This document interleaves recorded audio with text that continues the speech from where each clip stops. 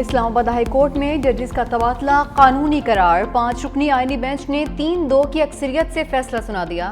Justice مظہر علی، justice شاہد بلال اور justice صلاح الدین پنہور نے تبادلے کے حق میں فیصلہ سنایا۔ جسٹس افغان اختر اور جسٹس شکیل احمد کا اختلاف۔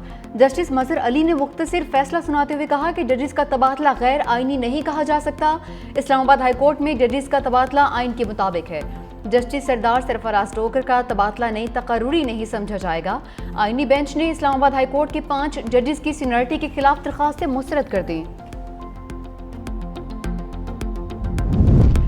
سپریم کورٹ کے آئینی بینچ کی مدت میں 30 نومبر تک توسیع، چیف جسٹس یحییٰ آفریدی کی زیر صدارت جوڈیشل کمیشن کا اہم اجلاس۔ ذرائع کے مطابق تمام ہائی کورٹس کے آئینی بینچز کی مدت میں بھی 6 ماہ کی توسیع۔ سندھ ہائی کورٹ آئینی بینچ میں تبدیل، جسٹس آغا فیصل کی جگہ جسٹس عدنان اقبال آئینی بینچ میں شامل، جسٹس ثنا اکرم کی جگہ جسٹس جعفر آئینی بینچ کا حصہ ہیں۔ ایران اسرائیل جنگ کے دوران امریکی صدر اور فیلڈ مارشل عاصم منیر میں بڑی بیٹھک۔ ایران اسرائیل تنازع کے پرامن حل پر زور۔ ISPR کے مطابق صدر ٹرمپ اور chief of army staff field marshal Syed Asim Munir کی اوول ہاؤس میں اہم ملاقات ہوئی۔ امریکی صدر نے آرمی چیف کے اعزاز میں کیبنٹ روم میں ظہرانہ دیا۔ آرمی چیف کا پاک بھارت جنگ بندی میں مثبت کردار ادا کرنے پر صدر ٹرمپ سے اظہار تشکر۔ صدر ٹرمپ کی اقوام عالم کو درپیش چیلنجز کو سمجھنے اور ان سے نبرد آزما ہونے کی قائدانہ صلاحیتوں کو بھی سراہا۔ صدر ٹرمپ نے پاکستان اور امریکہ کے درمیان دہشت گردی کے خلاف جنگ میں جاری تعاون اور خطے میں پاکستان کے قیام امن کی کوششوں کو سراہا۔ انسداد دہشت گردی میں تعاون جاری رکھنے پر اتفاق ہوا۔ صدر ٹرمپ کے ساتھ آرمی چیف کی ایران اسرائیل تنازع پر تفصیلی گفتگو ہوئی۔ امریکی صدر نے کہا کہ فیلڈ مارشل عاصم منیر ایران کو دوسروں سے زیادہ اچھی طرح سے جانتے ہیں، وہ اس صورتحال سے خوش نہیں ہیں۔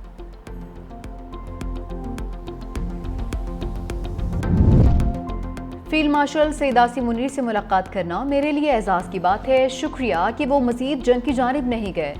صدر ٹرمپ کی ظہرانے کے بعد صحافیوں سے گفتگو۔ امریکی صدر نے کہا کہ میں نے پاک بھارت جنگ رکوائی جنگ بندی پر شکریہ کے لیے عاصم منیر کو مدعو کیا۔ انہوں نے سیز فائر میں اہم کردار ادا کیا۔ عاصم منیر پاکستان کی بااثر شخصیت ہیں۔ پاکستان اور بھارت دونوں جوہری طاقتیں ہیں۔ پاکستان اہم ایٹمی طاقت ہے، اسے پسند کرتا ہوں۔ پاکستانی بہت اچھے لوگ ہیں۔ ملاقات کے دوران پاک امریکی تعلقات مفصل طریقے سے زیر بحث آئے۔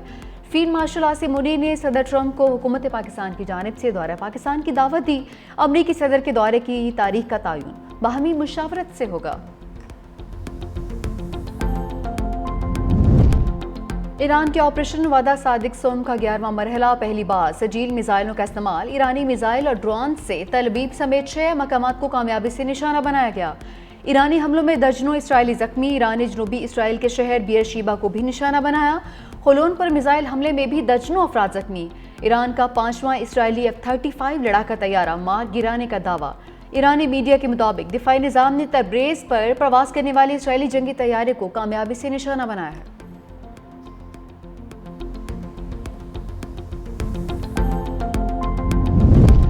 اسرائیلی وزیر دفاع کی ایران کے سپریم لیڈر کو قتل کرنے کی دھمکی، دعویٰ کیا بیئر شیبا میں ایرانی میزائل حملے میں 2 درجن سے زائد اسرائیلی ہلاک، سینکڑوں زخمی ہوئے۔ حملے کا بدلہ آیت اللہ خامنائی کے قتل سے لیا جائے گا۔ اسرائیل کا ایران کے عراق جوہری ری ایکٹر پر بھی حملہ، دعویٰ کیا ری ایکٹر کو جوہری ہتھیار میں استعمال ہونے والے پلوٹونیم تیار کرنے کے لیے قائم کیا گیا تھا۔ اسرائیلی فوج کے 40 لڑاکا طیاروں نے بیلسٹک میزائلوں کے پرزے اور خام مال بنانے والی فیکٹریوں کو بھی نشانہ بنایا۔ امام حسین یونیورسٹی پر بھی حملہ کیا گیا ہے۔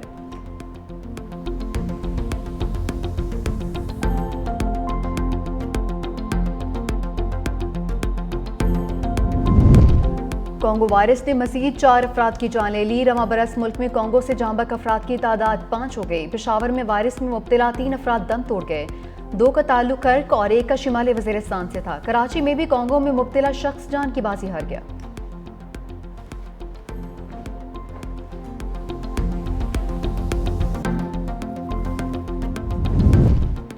اور بادل گرمی کو ٹکر دینے کو تیار، پری مونسون بارشوں کا آغاز کل سے ہوگا۔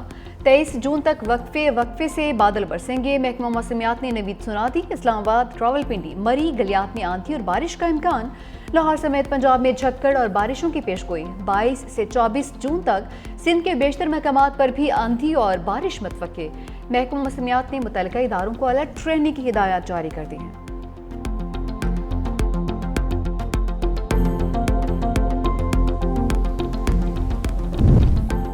صدر آصف علی زرداری سے رہنما پیپلز پارٹی سینیٹر شیر رحمان کی ملاقات، بجٹ اجلاس اور سینٹ میں پیپلز پارٹی کے مؤثر کردار پر تبادلہ خیال۔ شیر رحمان نے صدر مملکت کو بلاول بھٹو کی قیادت میں پارلیمانی سفارتی وفد کی کاوشوں سے آگاہ کیا۔ کہا سفارتی وفد میں پاکستان کا امن پسند اور ذمہ دارانہ اسٹریٹجک موقف عالمی برادری کے سامنے پیش کیا۔ صدر مملکت نے کمیٹی کی عالمی سطح پر پاکستان کا موقف اجاگر کرنے کی کوششوں کو سراہا۔ بلاول بھٹو نے مشکل وقت میں پاکستان کی نمائندگی کی۔ چیئرمین پیپلز پارٹی نے دنیا بھر میں پاکستان کا مقدمہ شاندار انداز سے پیش کیا۔ خاتون اول آصفہ بھٹو زرداری کا قومی اسمبلی میں خطاب۔ دفاع وطن کے لیے افواج پاکستان کو خراج تحسین پیش کرتے ہوئے کہا کہ مشکل وقت آیا تو ملک کا ہر بچہ، عورت اور جوان وطن کے لیے لڑے گا۔ خواتین ملک کی آبادی کا 50% ہیں۔ خواتین کی شرح تعلیم بڑھانے کی ضرورت ہے۔ سندھ حکومت نے سیلاب متاثرین کو لاکھوں گھر بنا کر دیے۔ خواتین کے لیے روزگار کا خصوصی اہتمام کیا گیا۔ متوسط طبقے کے لیے بے نظیر انکم سپورٹ پروگرام شروع کیا۔ سرکاری افسران اثاثے ظاہر کریں گے۔ سول سرونٹس ایکٹ میں ترمیم کا بل سینٹ سے منظور۔ بل کے مطابق گریڈ 17 اور بالا کے افسران اپنے شریک حیات اور زیر کفالت بچوں کے اثاثے ڈکلیئر کریں گے۔ تفصیلات فیڈرل بورڈ آف ریونیو کے ساتھ ڈیجیٹل فائل کی جائیں گی جو پبلک ہوں گی۔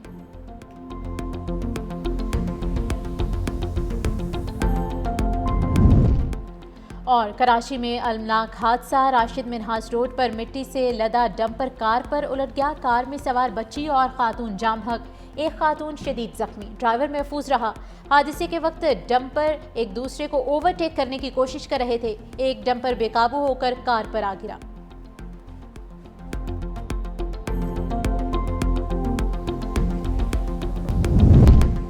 امریکہ ایران اسرائیل جنگ کی آگ پر تیل چھڑکنے کے لیے تیار۔ 30 فوجی طیارے یورپ بھجوا دیے۔ طیاروں میں بیشتر فوجی ٹینکر طیارے شامل۔ امریکی بحری بیڑا نمٹر بھی مشرق وسطی کی جانب رواں دواں۔ انتہائی خفیہ اور ایمرجنسی حالات میں استعمال ہونے والا ڈومز ڈے طیارہ بھی واشنگٹن پہنچ گیا۔ میڈیا رپورٹس کے مطابق طیارہ ایٹمی دھماکوں اور برقی مقناطیسی حملوں سے محفوظ رہنے کے لیے تیار کیا گیا۔ روسی وزارت خارجہ کا کہنا ہے کہ دنیا تباہی سے صرف چند ملی میٹر دور ہے۔ ایران کی جوہری تنصیبات پر روزانہ اسرائیلی حملے دنیا کو تباہی کے دہانے پر لے آئے۔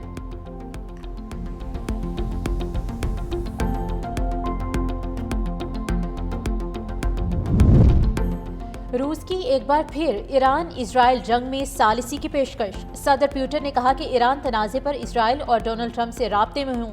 اسرائیل کی سلامتی کے ساتھ ایرانی مفادات کو بھی یقینی بنانا ہوگا۔ جوہری توانائی میں ایرانی مفادات کو یقینی بنایا جا سکتا ہے۔ 200 سے زائد روسی جوہری ماہرین پاور پلانٹ کے 2 یونٹ بنانے کے لیے ایران میں ہیں۔ اسرائیل کی طرف سے روسی جوہری ماہرین کو نقصان نہ پہنچانے کی یقین دہانی کرائی گئی۔ روس ماضی میں ایران کو فوجی ساز و سامان دیتا رہا۔ ایران کو اسلحہ دینا عالمی قوانین کی خلاف ورزی نہیں۔ روسی صدر اور اماراتی ہم منصب محمد بن زائد میں بھی ٹیلی فونک رابطہ ہوا۔ پیوٹن کا اسرائیل ایران تنازع فوری ختم کرنے پر زور۔ روسی نائب وزیر خارجہ کہتے ہیں امریکہ اسرائیل کی فوجی مدد سے باز رہے۔ ایران کے خلاف جنگ میں امریکی مداخلت سے مشرق وسطی کی صورتحال بگڑ سکتی ہے۔